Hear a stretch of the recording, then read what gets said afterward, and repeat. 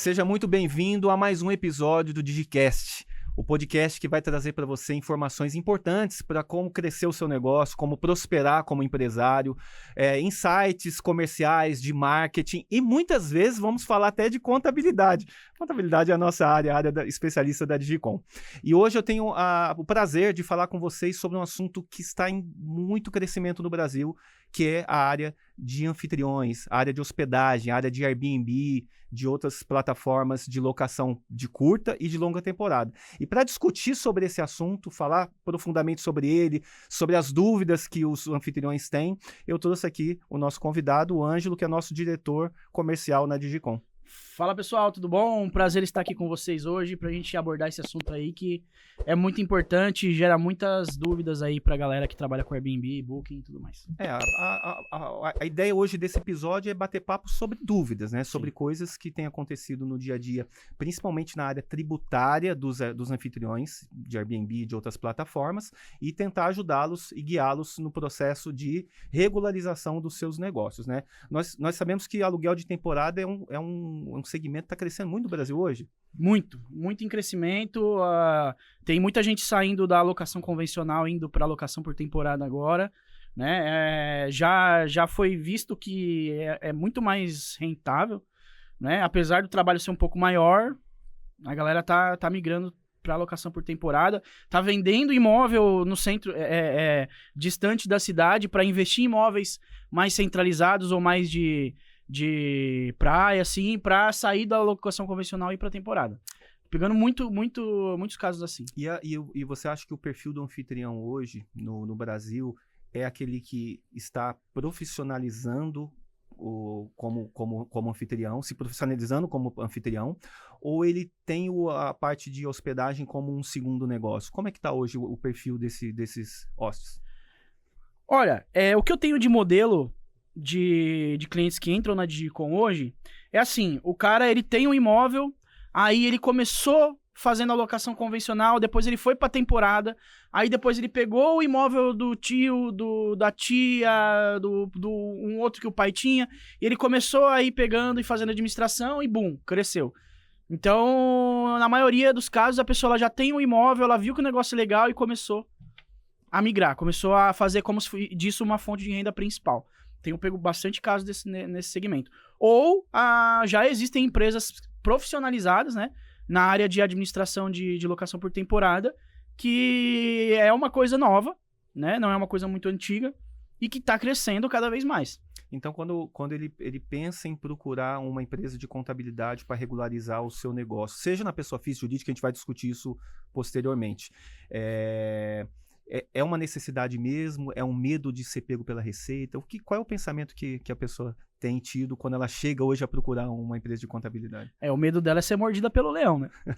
Então, a maioria das pessoas que eu atendi tem essa dúvida, né? É uma dúvida que até é estranha, mas ela assim, mas será que eu tenho que pagar imposto sobre a alocação por temporada? Mas aconteceu alguma coisa peculiar, né? Que recentemente as plataformas fizeram um comunicado para os anfitriões falando da regra que a Receita os obrigou de declarar toda a operação deles na plataforma para a Receita Federal. Exatamente. Aconteceu isso? Aconteceu no começo do ano, né? Em fevereiro o Airbnb mandou lá o comunicado para a Receita Federal que ela solicitou. Quanto tempo? Os últimos 5 anos? Falou que ia tributar os últimos 5 anos. E aí, eu acredito que a Receita Federal, ela viu uma coisa, só que o processo é outro. Entendeu? Então, ela queria tributar quem estava registrado na plataforma. Porque para a Receita Federal, eu acho que ela achou que todo mundo ali era dono de imóvel. Mas não, tem os anfitriões, os co-anfitriões, né? Então, tem o cara que administra imóvel de terceiros. Então, por ser uma saladona, assim, o Airbnb e essa locação por temporada, eu acho que ela tá estudando um pouco mais para ver como vai fazer a tributação, mas foi informado. Né? Uma dúvida que todo mundo pergunta assim, mas é só o Airbnb que tá informando? Que eu saiba, sim. Né? Mas eu acho que as outras plataformas também devem estar fazendo o seu. O fato é que as outras plataformas, pelo que a gente tem conhecimento, não informou. Mas muito provavelmente deve ter recebido a mesma intimação da Receita Federal para fazer ali a informação de quanto foi faturado. Por isso que é muito importante, né, você que é anfitrião, tomar um cuidado. Como o Ângelo falou, tem gente que é anfitrião, tem gente que é co-anfitrião, tem gente que administra imóveis de outros anfitriões. E muitas vezes, por exemplo, essa pessoa que administra imóveis de terceiros, ela tem a conta no Airbnb em nome dela. E muitas vezes, aquele valor que entra para ela não é todo dela. Isso é um problema hoje, né? Eu peguei um caso ontem de uma menina que a mãe dela tem um imóvel e ela tem um imóvel. Ela administra o imóvel da mãe pelo Airbnb e ela recebe o dinheiro da mãe dela e manda pra ela. E a mãe dela administra o imóvel dela, que é locação convencional, e a mãe dela recebe o dinheiro dela e manda pra ela. Então, assim, isso é normal, aparecer lá. Então, é muita gente administrando imóveis de terceiros, recebendo tudo na conta, né? Não faz o split dentro da plataforma, ou às vezes não faz porque aluga pelo Booking, né? Então, tá complicado. É complicado porque você traz para você a responsabilidade pelo pagamento do imposto. Mas você pensa, mas eu sei que esse rendimento não é todo meu, mas a Receita não sabe. Então, quando você não faz uma operação bem estruturada dentro da plataforma e na parte contábil também, seja na pessoa física ou na pessoa jurídica, dependendo da opção que você seguir, o governo vai entender que você deve esse imposto. Só que quando você for cobrado, lembra, você transferiu parte desse recurso para outra pessoa também, que pode ser o anfitrião ou o seu co-anfitrião. E essa pessoa tem uma movimentação financeira na conta dele também, e a Receita está enxergando essa movimentação.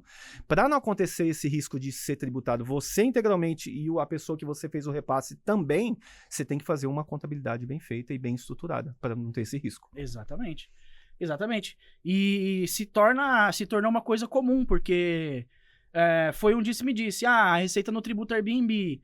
Aí eles foram indo, chegou agora, deu 2025, a galera ficou desesperada, né? Desesperada, porque não sabe como é que faz pra tributar. Mas assim, a Receita tá de olho, sim. Há um risco de ser pego? Sim, porque a Receita tem as informações. O que a gente pode dizer para você que pergunta, será que eu vou ser pego, será que eu não vou ser pego? A gente não entende como é que tá a estrutura da Receita Federal para ela fazer essa fiscalização. Esse é o ponto. Se ela tem estrutura ou não, é uma coisa que a gente vai descobrir ao longo do tempo. O que a gente sabe é que muitas vezes a Receita tem utilizado de mecanismos eletrônicos, fazendo intimações eletrônicas, para poder dirimir ali um possível problema de sonegação. Então, você tem que tomar cuidado. A melhor alternativa é você procurar fazer um planejamento tributário muito bem feito para o teu negócio, para você ter o menor impacto possível, mas tentar ali repassar o que é direito do governo e pagar os seus impostos, senão pode ser que você fique exposto. Exatamente. A Receita Federal, ela quer saber de você tributar, né? Ela precisa cobrar isso aí de você.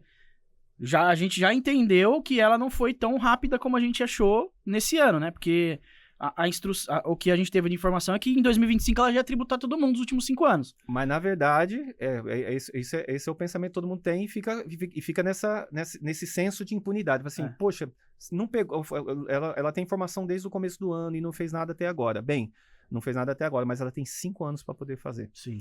Então, a gente viu casos de outras áreas que não de anfitriões, que os clientes foram notificados quando estava vencendo o prazo, por conta de movimentação bancária. E olha só, não é o caso de plataforma que está entregando o teu faturamento. É a movimentação que você teve no banco não condizer com o que você estava declarando, seja na sua empresa, seja na sua pessoa física. Aí você é intimado para poder mostrar para a Receita por que está diferente. Ela dá aquela oportunidade para você se autorregularizar. Não havendo uma autorregularização, com certeza a possibilidade de multa ela fica muito grande. E a multa, quando a gente fala disso, é muito alta. Principalmente se você recebe na pessoa física. Primeiro que o imposto na pessoa física, a gente vai falar sobre isso agora, ele é muito mais alto que na pessoa jurídica, dependendo da tua renda. O que o pessoal tem optado hoje? Tem havido uma procura muito grande de descobrir qual é a melhor opção, se pessoa física ou se pessoa jurídica? Sim. A dúvida principal que a gente recebe lá é se pode ser pessoa jurídica para fazer esse tipo de recolhimento de locação. Né? E aí o que a gente responde, né? Se o pessoal pergunta, compensa mais pessoa física, compensa mais pessoa jurídica? Depende. A gente tem que fazer uma análise, um planejamento tributário. Dependendo, gente, do valor, você não paga nem imposto. Sim. Se conseguir deduzir legal. Dependendo da forma que você faz, na pessoa física, você não paga imposto nenhum. Então, tem horas que não compensa nem você ter um contador. Muitas vezes você mesmo ali consegue resolver a tua situação, mas tem que ter uma análise, tem que ter uma atenção. Você não pode deixar essa área tributária passar desapercebido. Você não pode ficar na incerteza. Você tem que ter certeza do que pode ou não pode acontecer com você e em que situação que você está enquadrado. Muitas vezes na pessoa física, se você concentrar todo o faturamento lá e dependendo do faturamento, corre o risco de você pagar até 27,5% de impostos. Isso se você pagar no prazo, se você declarar certinho. Caso você for pego pela Receita, além de pagar 20% de multa, mais correção de juros, que é taxa Selic, que é aproximadamente 15% ao ano, corre o risco de você sofrer multas a partir de 75%. Então, aquele imposto que era 27,5% pode passar para 60%, 70% do valor da tua renda. Então, que vai inviabilizar totalmente a tua operação. Então, é um risco que você não pode correr. Mas, quando você tem uma operação estruturada, você vai conseguir entender, bem, com esse faturamento, na pessoa física eu pago 27,5%, caso você pague em dia. Na pessoa jurídica, há uma possibilidade de eu reduzir o custo tributário? Há essa possibilidade, sim. Hoje. E é uma realidade, porque a maioria das pessoas que trabalham que tem o imóvel por temporada, principalmente quem é proprietário, possivelmente elas já estão nos 27,5%. Né? Porque às vezes só que sem recolher, exatamente. Só que na irregularidade. Não, às vezes tem até na regularidade. Por exemplo, é um aposentado, é uma pessoa que já tem renda, que trabalha CLT, que ele já entra nos 27,5%. Aí, se ele continua na pessoa física, vai entrar nos 27,5% também o que ele vem do Airbnb. Né? Se ele abre empresa, ele consegue reduzir essa carga tributária. A gente está falando de uma isenção hoje, gente, eu não vou falar o número exato, mas de aproximadamente entre 2.500 e 3.000 mês. Essa é a faixa de isenção. Se você fatura até isso, você realmente está isento de imposto de renda. Começou a entrar a partir desse valor, começou a ultrapassar esse valor, você começa numa alíquota progressiva do imposto de renda na pessoa física, que começa com 7,5% e vai até 27,5%. Normalmente, quando se passa de uns 5, 6 mil, você já está ali perto do limite. Então, é muito fácil isso acontecer, porque dependendo do teu imóvel, se você locar ele 1, 2, 3 vezes no mês, você já tem esse valor, né? Exatamente. E na alta temporada, que a galera fatura uma bomba e a metade quase vai pro... Exatamente, porque tem mês que você não fatura nada ou fatura pouco, mas tem mês de alta temporada que você vai faturar bastante, e se você for tributar na pessoa física naquele mês, você tá enrolado. E tem casos que a gente vai fazer o cálculo junto com o cliente, isso é uma análise que a gente faz na reunião que a gente executa para validar se compensa a pessoa abrir ou não. E tem muitas situações que, mesmo se a pessoa não alugar todos os meses do ano, ou alugar pouco, né? E ele ter as altas temporadas lá, novembro, dezembro, janeiro, fevereiro. Se o cara pagar 12 meses de contabilidade, ainda não dá nem perto o imposto que ele vai pagar como pessoa física. Compensa muito. Compensa muito abrir empresa. Até porque a alíquota é muito mais... A gente está falando de alíquota, a gente está falando na pessoa física de uma alíquota aproximada, para quem fatura um certo valor, de 27,5%. Na pessoa jurídica, existe caminhos, dependendo do caso, para se pagar a partir de quanto de imposto? A partir de 6%. E serve para todos os casos ou depende de uma análise? Depende de uma análise. Né? O 6% ali é a alíquota inicial do Simples Nacional. Né? Então... E dependendo do caso, dá para optar pelo Simples Nacional. Dependendo do caso, dá. Porque muita gente fala que não dá. Muita gente fala que não dá, mas dá. Mas depende do perfil, né? Exatamente. Por isso que a gente sempre fala. A contabilidade tem que fazer um diagnóstico do teu caso, porque cada caso é um caso. Se você conseguir se enquadrar, perfeito, o melhor dos cenários. Né? Mas tem muito perfil. O Airbnb tem muito perfil. Então o Airbnb tem o dono do imóvel, tem o dono do imóvel que administra, tem o cara que administra da família e quer se profissionalizar, tem o cara que já se profissionalizou, mas não abriu a empresa ainda. Então, assim, cada caso é um caso. Traz o seu pra gente analisar. Exatamente. Aí tem muita gente que pergunta quais impostos que incidem na locação, né? Então, assim, se você tá falando de pessoa física, realmente você vai cair no imposto de renda, na tabela progressiva, Carnê-Leão, tá? E aí, tem algumas situações que você consegue fazer deduções legais, tá? Algumas deduções que você pode fazer na pessoa física, que vai reduzir a tua base de cálculo e, por consequências, reduzir o teu imposto, são poucas elas, tá?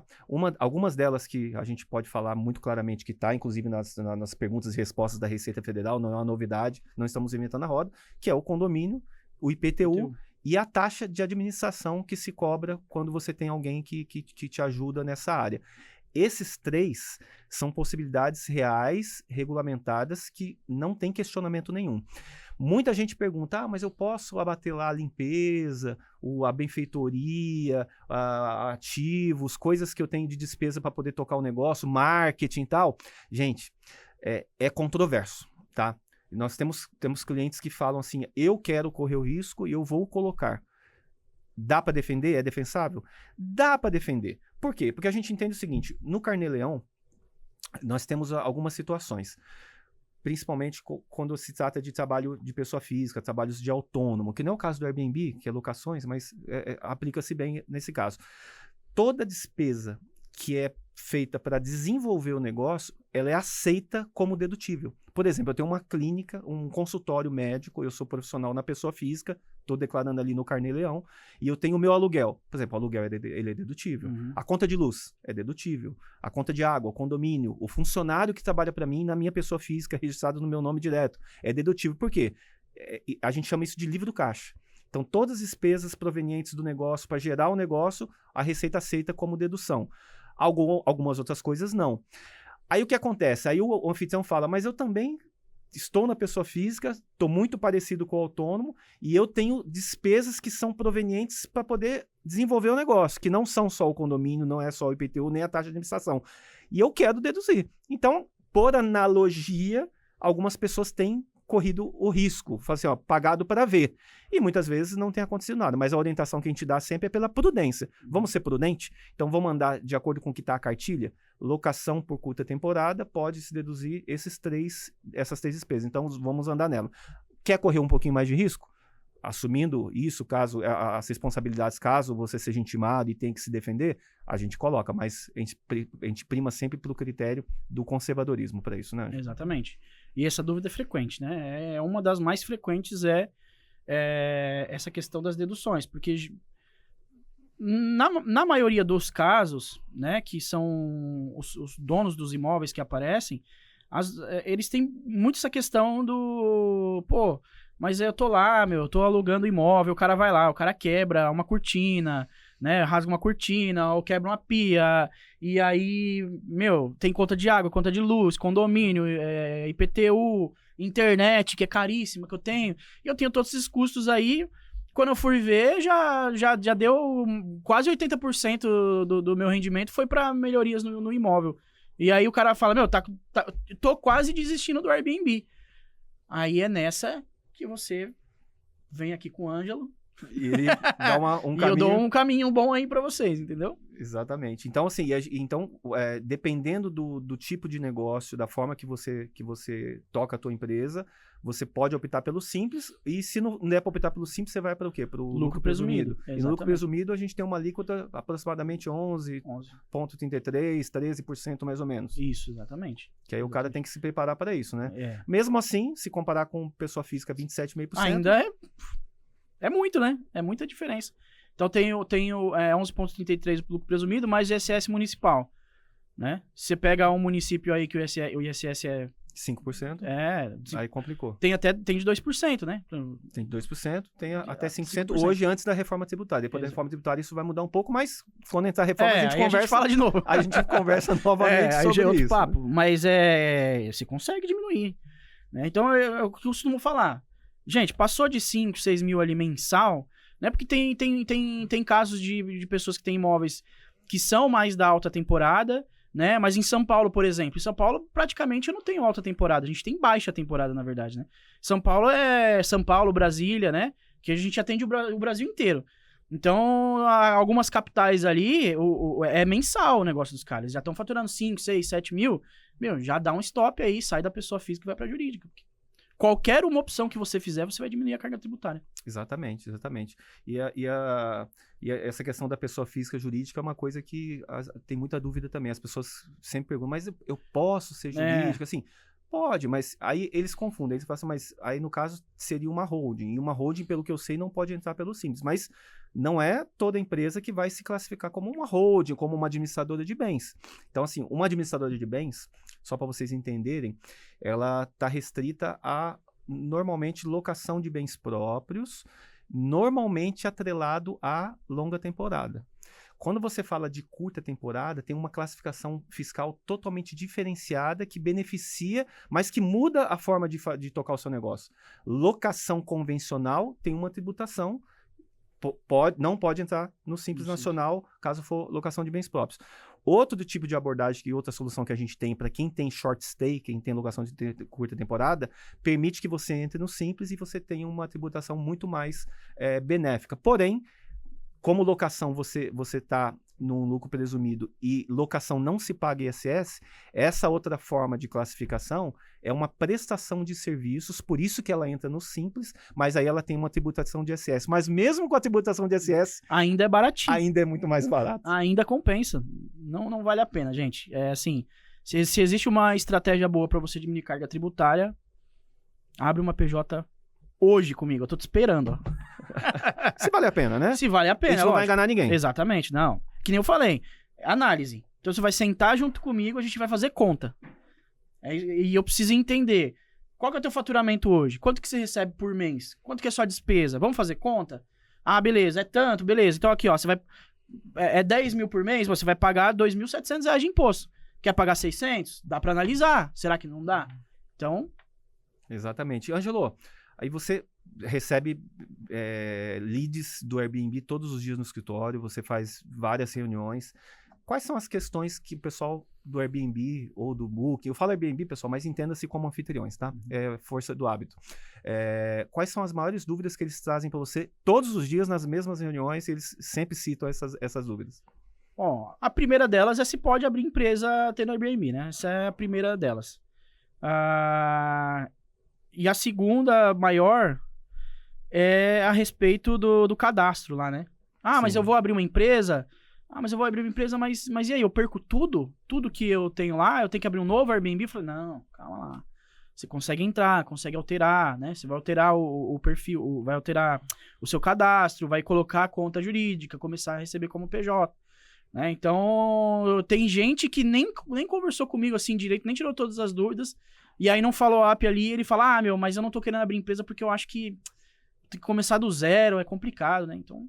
Começar do zero. E também falam, como você falou, né? Que, mas eu vou ter custo com contador, mais um custo, vai inviabilizar o meu negócio. E não necessariamente. Não necessariamente. Eu faço a continha. Contador é custo? Contador é investimento. Sai desse negócio aí. Contador é investimento. E as pessoas chegam também, elas vêm sempre focadas em holding. Isso é um assunto que sempre está em voga. Sempre, porque... Bom, a internet, né, cara, tá aí. Então, pesquisa, acha de tudo. Né? E a maioria das dúvidas fala assim, mas eu vou ter que abrir uma holding, eu vou ter que passar os imóveis pro nome da empresa, não sei o que lá, e aí eu vou tributar 16%, eu não sei se eu tô afim de fazer esse rolê todo aí. Aí eu sento e explico, olha, vamos ver seu caso, será que cabe uma administradora de bens ou se é Simples Nacional? Que nem eu falei, cada caso é um caso. Na maioria das vezes, quando a pessoa tem um faturamento ali, né, não tão expressivo, ali entre uns 5, 10 mil por mês, ela consegue resolver ali a vida dela, né? As pessoas costumam perguntar muito se compensa abrir holding, se é necessário abrir holding. Então, assim, tem alguns casos que realmente holding é a solução. Sim. E quando acontece isso, nós indicamos a abertura da holding. Mas muitas vezes, quando você pensa em abrir holding, você está pensando em alguns pontos. Um dos primeiros pontos é a questão da blindagem patrimonial. Sim. Você ter os seus imóveis na sua pessoa física deixa você exposto a qualquer tipo de situação, a qualquer tipo de intempérie. Por exemplo, você tem uma empresa, um negócio que você toca como plano A, B ou C, junto com o Airbnb. E você tem um processo trabalhista lá na empresa. E esse processo trabalhista, muitas vezes, pode ser que fuja do seu controle. E respingue no sócio. E, normalmente, o processo trabalhista respinga no sócio. Uhum. Quando chegar no teu sócio, todo o teu patrimônio está vulnerável. Porque você deixou os seus imóveis todos no seu nome. Você pode ter um problema no trânsito, sofrer um processo. Bem, pode acontecer qualquer situação na sua vida e o seu patrimônio pode ficar exposto. Sua declaração, por exemplo, quando você envia para um banco, para alguém analisar o teu crédito, você olha lá na ficha de bens aquele monte de imóveis declarado, endereço de cada um. Então, assim, você fica muito exposto. E as pessoas fazem o quê? Elas optam pela abertura da holding para dificultar esse acesso. Não é para enganar o sistema, não é para poder lesar ninguém, mas sim para dificultar e proteger aquilo que é teu. Porque nós entendemos quando você abre uma empresa que a responsabilidade do negócio, como o termo limitada fala, responsabilidade limitada, ela se dá pelo valor que você garante à empresa, que são as cotas da empresa, é o capital que você coloca na empresa. Os seus bens não podem garantir o negócio. Só que quando você deixa vulnerável assim, você acaba colocando os teus bens como um aval para os seus outros negócios. Então, é interessante você abrir a holding para você aumentar as camadas de proteção. Sim. E muita gente também abre holding pensando num planejamento sucessório. Você pensando nos seus herdeiros. Porque, pensa bem hoje, eu tenho 10 imóveis, vou pegar um caso como esse, e eu venho a faltar para os meus herdeiros, tá? Venho a falecer e faltar para eles. Aí vai ter um processo de inventário. Esse processo de inventário vai ser conduzido e vai ser incluído nele todos os seus imóveis. Nesses imóveis, estando na sua pessoa física, você vai ter a necessidade de pagar o advogado, você vai ter necessidade de pagar o ITCMD, o ITBI, todos os impostos para poder fazer a transferência desses imóveis para os sucessores dele, para os herdeiros. Se você coloca esses imóveis todos na pessoa jurídica, o que vai ser inventariado são as cotas da empresa. Então você evita todos esses tributos. Por quê? Porque o que vai ser transferido para o teu herdeiro é a empresa, é o CNPJ. E o CNPJ é proprietário dos imóveis.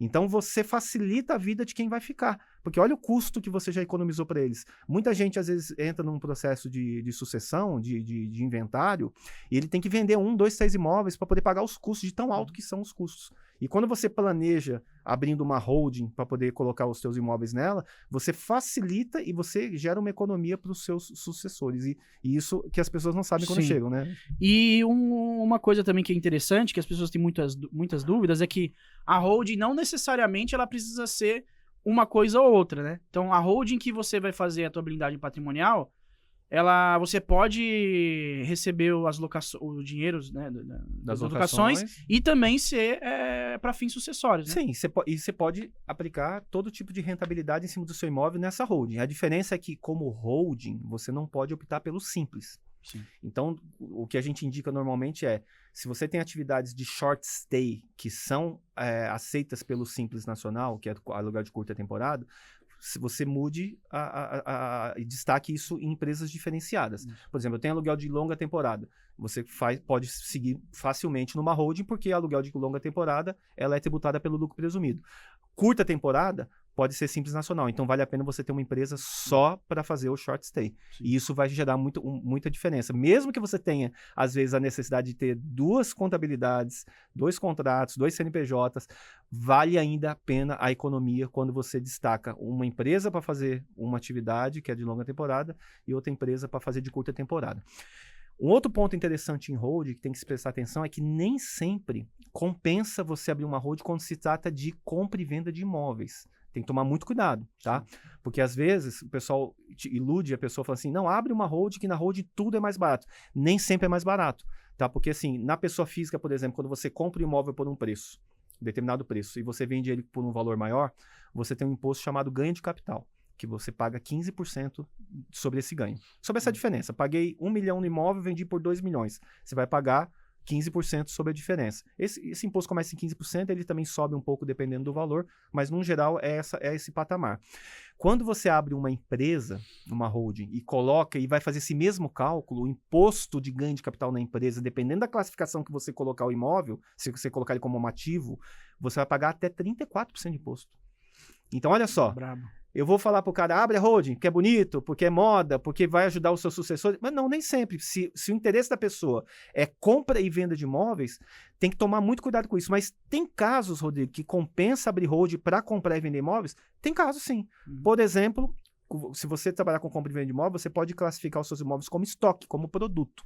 Se você classificar como produto, você tributa ele, em vez de tributar ele sobre o ganho, sobre a diferença entre o valor de compra e o valor de venda, você tributa ele pelo valor da venda, como se fosse um produto. Então, eu vendi por 2 milhões, vou pagar imposto sobre 2 milhões. Só que o imposto sobre 2 milhões, ele é muito menor do que aqueles 34% que eu falei para você que era de ganho de capital. Só que tributa sobre tudo, não tributa sobre a diferença. Então, tem que prestar atenção nisso.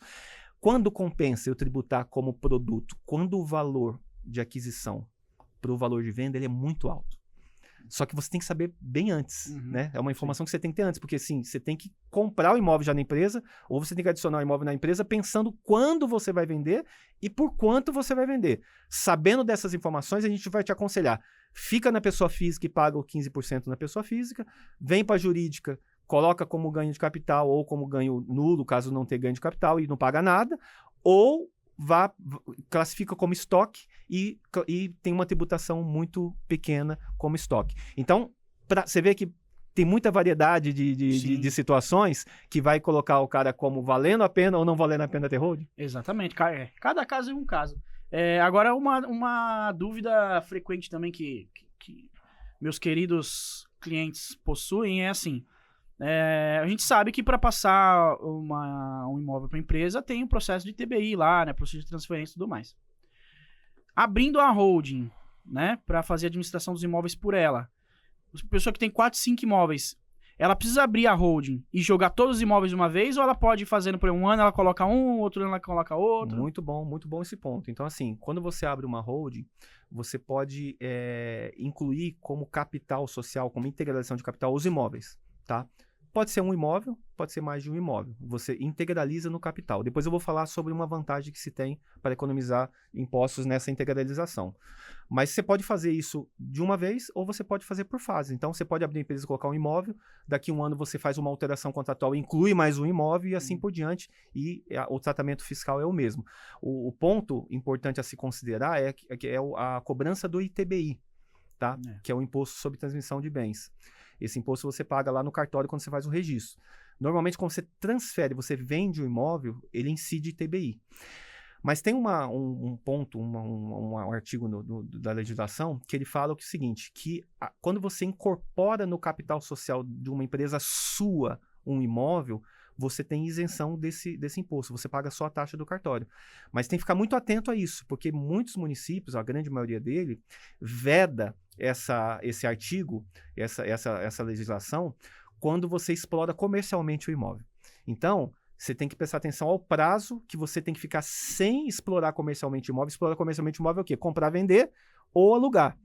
Normalmente esse prazo é de 2 anos. Então, se você se comprometer com o governo de ficar 2 anos sem explorar comercialmente imóvel, você consegue essa isenção de TBI. Caso você saiba que não vai conseguir ficar sem explorar comercialmente imóvel, é melhor você já pagar o ITBI. Tem município que não está se atentando a isso, tem município que já está pegando mais em cima. Então, a gente diz sempre para prezar pela prudência, né? E não correr o risco. Mas tem gente que opta em correr. Aí, cada caso é um caso. Aí chega os meus queridos clientes espertinhos. Mas será que a Receita vai saber se eu alugar lá? Meu? Porque eu não vou declarar, o cara não vai declarar. E aí, como é que ela vai descobrir? Cara, descobre. Não pode, né? Tem que minimizar os riscos aí, né, nesse tipo de operação, porque...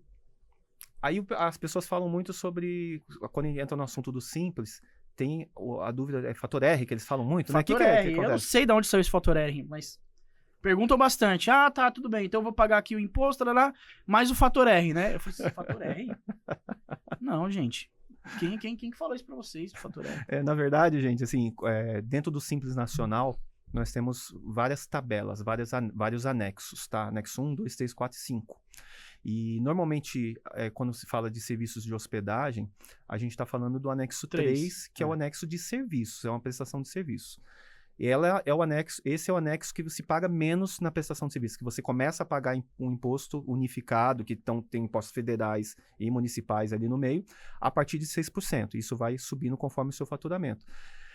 Algumas atividades, o governo te coloca num anexo chamado anexo 5. E o anexo 5 é o seguinte, o imposto começa lá na casa dos 18%. Sim. Tá? São algumas atividades específicas, não vou citar elas aqui agora, que não vem ao caso, mas que as pessoas confundem e acham que a parte de hospedagem entra também no anexo 5. E o anexo 5 diz o quê? Se você tiver uma folha de pagamento com até com 28% do teu faturamento, você fica você transita do anexo 5 para o anexo 3.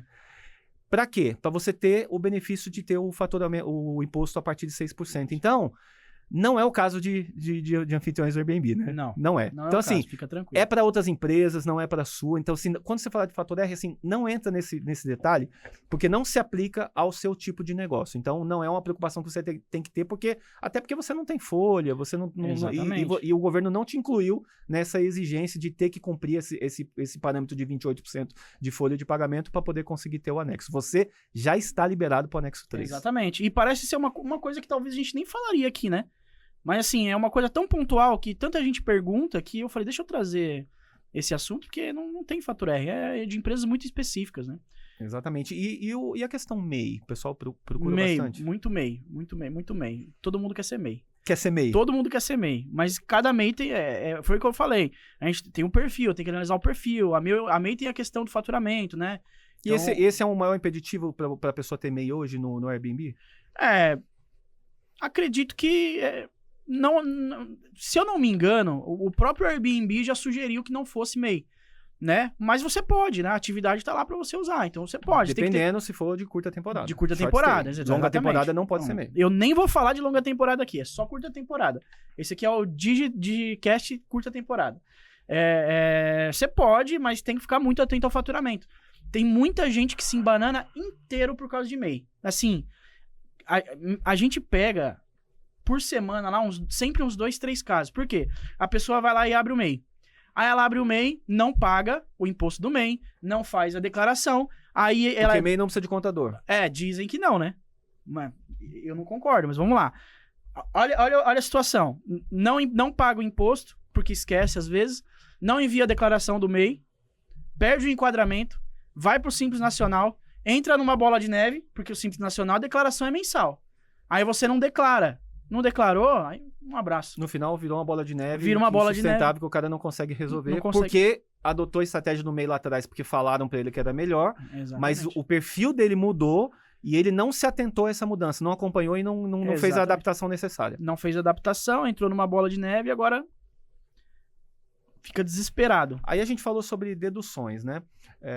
Falamos das deduções na pessoa física. As pessoas também perguntam sobre deduções na pessoa jurídica. Na pessoa jurídica. Então, só para deixar bem claro para as pessoas. Quando a gente fala de regimes tributários, nós temos 3 regimes disponíveis, os principais, que são o Simples Nacional, o lucro presumido e o lucro real. Uhum.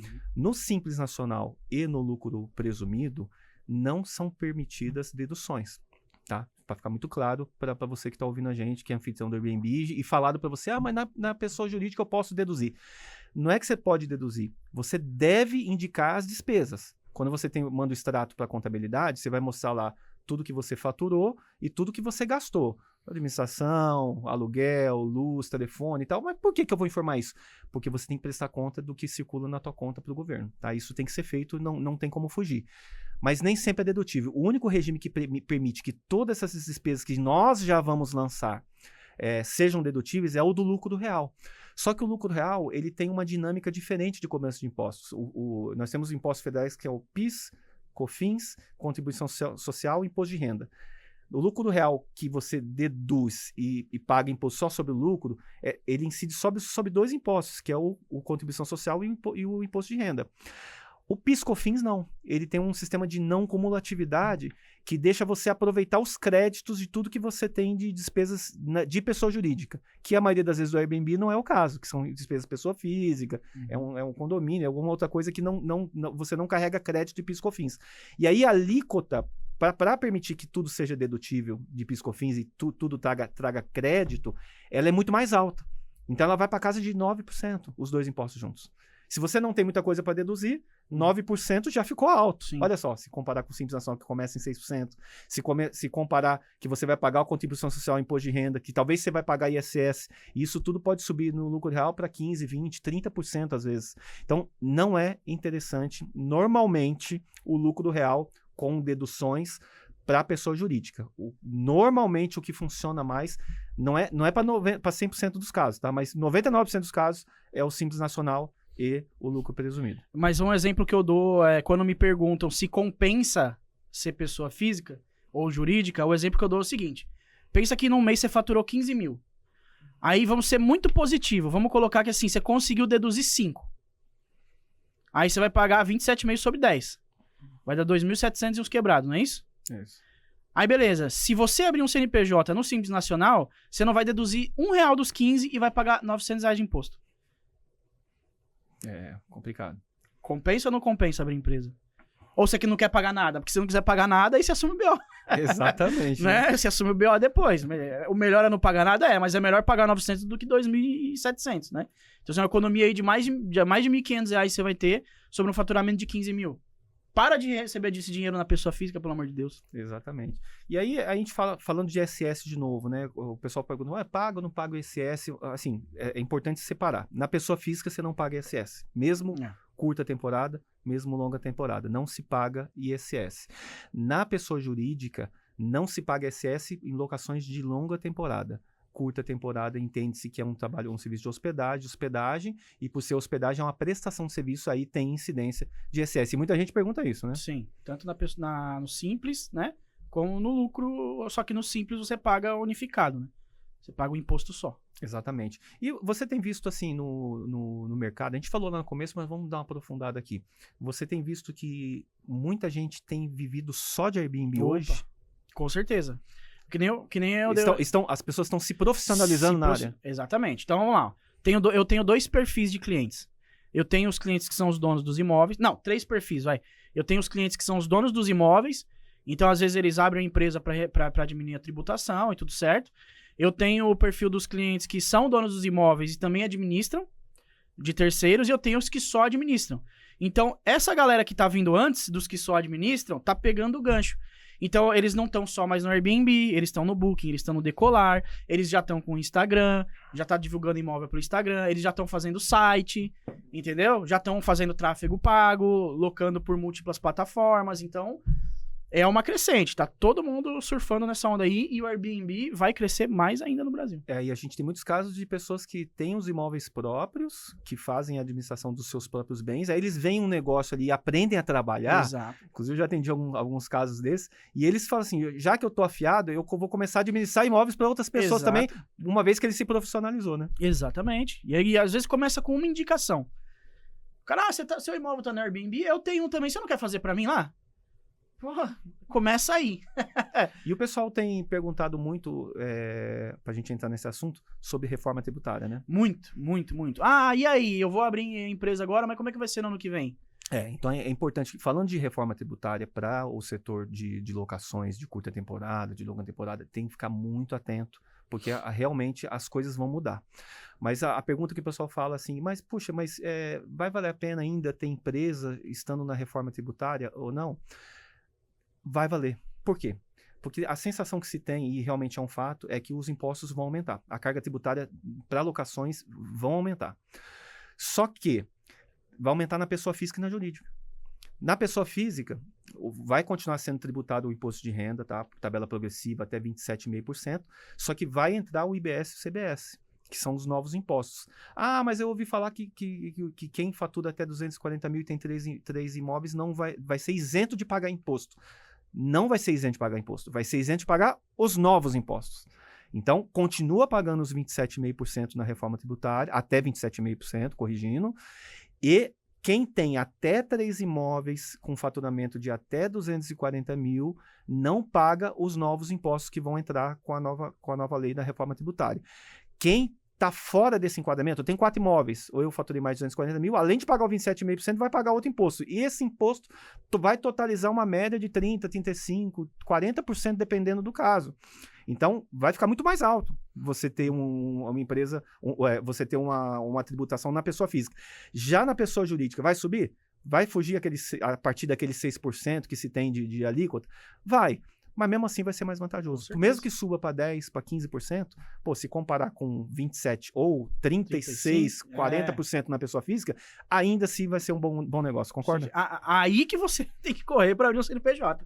Né? Exatamente, e assim, tá entrando ali agora a questão do controle do governo sobre os imóveis. Muito. Tem um nome que eu não vou falar agora aqui, mas o pessoal brinca que é o CPF dos imóveis. Vai ter um cadastro de todos os imóveis que estão sendo instalados agora como exigência aos cartórios, que vai fazer um cruzamento de dados entre a Receita Federal, por quem declara onde mora, pelos imóveis que eles são proprietários ou não. E quando o governo identificar, a ideia é essa, não sei se vai cumprir. A gente também não quer criar um 10 fantasma anos aí, aqui, né? criar um fantasma, mas a ideia que se tem é que o governo vai cruzar o endereço que você mora de quem é a propriedade daquele imóvel e vai identificar ali quem não está pagando as suas locações. Então, antes que isso aconteça, que a água bata na bunda e você vai ver que não sabe nadar, é muito importante você se programar e tentar já partir para uma regularização antes que isso aconteça. Isso daí é para locador e para locatário que ela vai intimar, né? Para os dois. Para os dois. Então, se você que está morando no imóvel e você não informa a sua locação sem pôr de renda, ela vai intimar você também. Agora, para o anfitrião que está procurando se regularizar, seja na pessoa física, que a gente também faz esse trabalho de acompanhamento do Carnê-Leão, a gente faz o acompanhamento da pessoa física para quando vale a pena, ou da pessoa jurídica. A pessoa que está procurando uma contabilidade, faz diferença você fechar com uma contabilidade que é especializada no assunto? Com certeza. Em qualquer meio, não só de Airbnb. Você consegue ter respostas muito, muito mais rápidas, você consegue ter uma assessoria que vai no caminho certo de onde você precisa, né? Então, lá, o nosso time é 100% preparado, né? Ali, você tem dúvida, a nossa equipe consegue responder, consegue te acompanhar, consegue te ajudar no planejamento. Então, isso aí é Airbnb em qualquer setor que você trabalha. Procure uma contabilidade especializada no seu segmento. E a Digicom é especializada hoje? A Digicom é especializada nesse segmento de locação por temporada. E para quem fala de marketing, de canal, nós temos um canal de comunicação direto no Instagram com o anfitrião, né? Contador Airbnb com o rapaz que está aqui na minha frente. Conosco, você também tá nos ajudando. Eu tô lá também. Mas a gente consegue dar insights, a gente fala com os anfitriões por lá. É uma página que muito bem alimentada, né? Então, qualquer novidade... Na verdade, as pessoas às vezes chegam pra gente pelo canal Contador Airbnb no Instagram e ele fala assim, o nome da contabilidade é Contador Airbnb. Na verdade, não. Na verdade, assim, o Contador Airbnb no Instagram é uma forma da gente se conectar com o anfitrião. Da gente conseguir trazer conteúdos que falem diretamente com ele. Porque muitas vezes ele entra no nosso perfil da Digicom Oficial, por exemplo, ou no nosso site, e ele vê a gente falando com diversos outros setores também, que nós também somos especialistas. Nós temos especialidade, por exemplo, na área médica, na área de construção, na área de facilities, mas anfitrião de Airbnb é um dos principais segmentos que nós atendemos lá, que nós somos muito especializados. Aliás, 90% das nossas conversões hoje são do mercado. Airbnb, com certeza. Então, nós atendemos outros nichos também, claro. Então, se você tem uma empresa, né, além de fazer... Tem diversos casos de empresários que têm Airbnb, abriam um segundo CNPJ para fazer Airbnb e migrou para Digicom com as outras empresas. Então, a gente atende outros nichos também, né? Mas o nosso foco ali no que a gente se alimenta dia a dia, né? Pelo menos uma parte da nossa equipe é para levar a melhor informação para quem trabalha com esse segmento. É isso aí. Já siga a gente lá no perfil Instagram. Contador Airbnb. Siga a gente lá. Digicom também. Digicom _oficial. Por favor. Bate-bola rápido pra gente finalizar nosso bate-papo aqui, que tá muito bom. Se deixar, a gente fica aqui a tarde inteira conversando. Mas eu vou fazer umas perguntas pra você responde rápido aí, conforme ao teu entendimento. Maior erro que um anfitrião comete no início das suas atividades? Maior erro, não se planejar. Não fazer um planejamento. Fazer um planejamento tributário bem feito. Planejamento tributário bem feito. Sabe quanto que ele... A maioria das pessoas que eu pergunto quanto elas faturam hoje pelos aluguéis, elas não sabem me responder quanto que elas têm de rendimento. Elas olham lá no... não sei, peraí, deixa eu olhar. Eu falei, mas quanto que você teve de rendimento mês passado? Putz, não lembro. Eu posso falar, então, essa resposta é a mesma que eu vou te fazer agora, da pergunta que eu vou fazer. O que mais gera economia de imposto também é um bom planejamento tributário. Também é um bom planejamento tributário. Exatamente. Faz toda a diferença. Toda a diferença. E esse planejamento tributário é caro pro cliente que está chegando? Ele paga alguma coisa a mais quando ele contrata o nosso serviço? Não, isso aí é... Cara, você vai ser atendido como um rei. Pode ficar tranquilo. Dúvidas que sempre aparecem, a gente já falou. Você tem mais alguma outra dúvida para você pontuar? Não, acredito que não. Uma palavra que define o futuro do Airbnb no Brasil. O que vai acontecer com o Airbnb daqui para frente? Vai decolar. É isso aí. Rampar. Vai rampar. É uma atividade que tá crescendo Se você tá com dúvida em investir em imóveis para fazer Airbnb, eu posso te garantir, se você for estratégico, fizer um bom planejamento e achar pontos ideais, você vai ganhar muito dinheiro, pode ficar tranquilo. O cara que tá começando agora, que tá pensando em investir, lógico, você já falou que é interessante. o que ele precisa se atentar? Qual é o principal conselho que você dá para ele que está começando?